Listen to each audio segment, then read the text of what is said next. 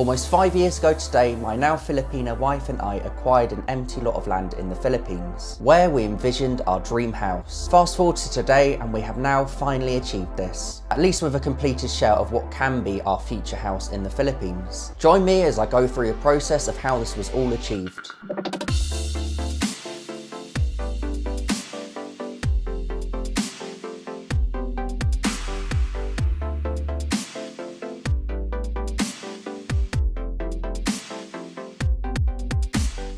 So I'm finally making a part 2 of this series. In the previous video of our Philippines build project, I went through the steps of us first purchasing the land, then the planning and having a walled compound built, securing this land ready for a house to be built on.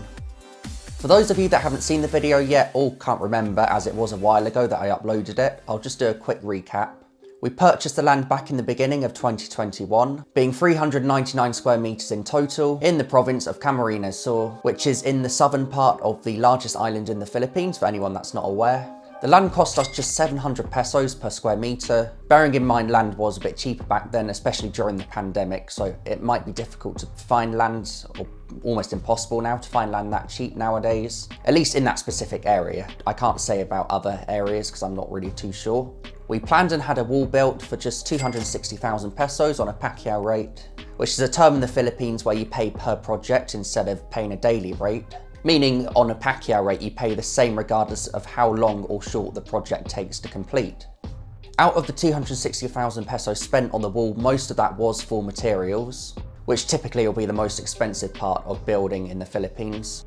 We also had gates fitted to completely secure the compound, which cost an additional 24,000 pesos. In the previous video, I also went through the processes of how foreigners can acquire land in the Philippines, because technically non-Filipinos cannot fully own land in the Philippines. For more details about everything I mentioned, be sure to check out the previous video of this build project series.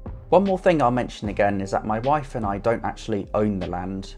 When we bought it, we were not married. I couldn't even buy the land in the Philippines at the time it was bought back in 2021, even if I wanted to, because I wasn't married to a Filipino at that time. So it's actually owned by another family member, we're just overseeing it. We could actually change the deeds to our own with my wife in the future, or even now if we wanted to, but for now we're happy just overseeing it. Just a disclaimer, be very careful as a foreigner when buying land in the Philippines with someone else. I'm not recommending you do this at all, unless you're married or can genuinely trust the person that you're buying land with. All of that leads us to now where I left off. We've essentially got a gated wall compound that's completely secure. The next thing we wanted was a water pump, known locally in Bicol as a bomba. We maybe should have had this done before the wall was even built, so the workers had a water source, although apparently they were able to use a lot of rainwater, and then we did also use a water source from our neighbours, as they had a hose right next to our land. We of course then contributed to their next water bill, even though they didn't ask us to, but you know, we just felt we should. But before our house was going to be built, we definitely wanted our own water source. We could have connected ourselves up to the water mains, but we didn't want to do that. Instead, just having a water pump, which is essentially a free source of water once it's installed, which made more sense as we're not currently living there at the moment, so we didn't really want to pay for a monthly water bill when we don't need to. But that's definitely something we can consider in the future. But for now, a water pump is all we really need. So we had that installed, which only cost a few thousand pesos. Oh, and one thing I haven't mentioned before was how we got electricity, because the land we bought didn't come with any. I mean, it was just a completely empty lot.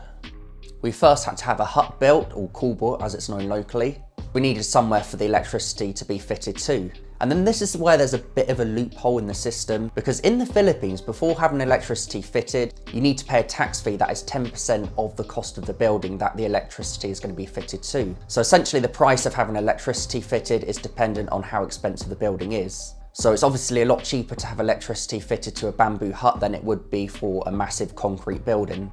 However, once you've got electricity, there's nothing really stopping you from building a bigger building next to that bamboo hut, and then you can just have the electricity transferred. Of course, this can be dependent on the building regs of the area that you're in.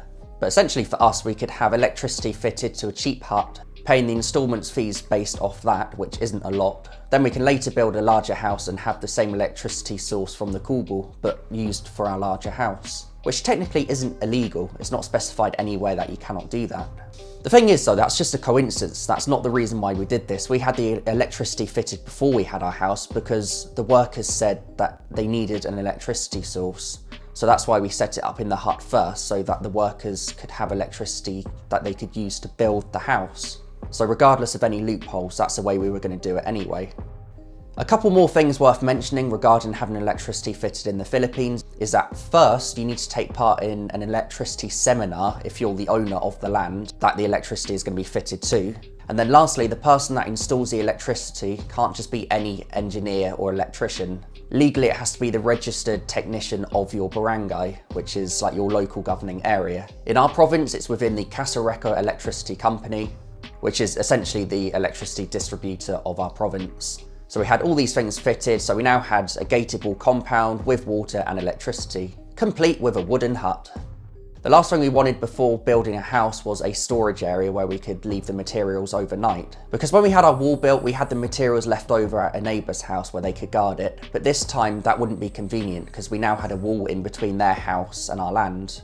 And our gate was the other side of the wall, so it would be too inconvenient for the workers to do this. So we would now need to store the materials within the land itself. So to securely store the materials, we had another building built where we could lock everything away at night without even needing anyone to guard the materials, because we were staying about 4 kilometers away.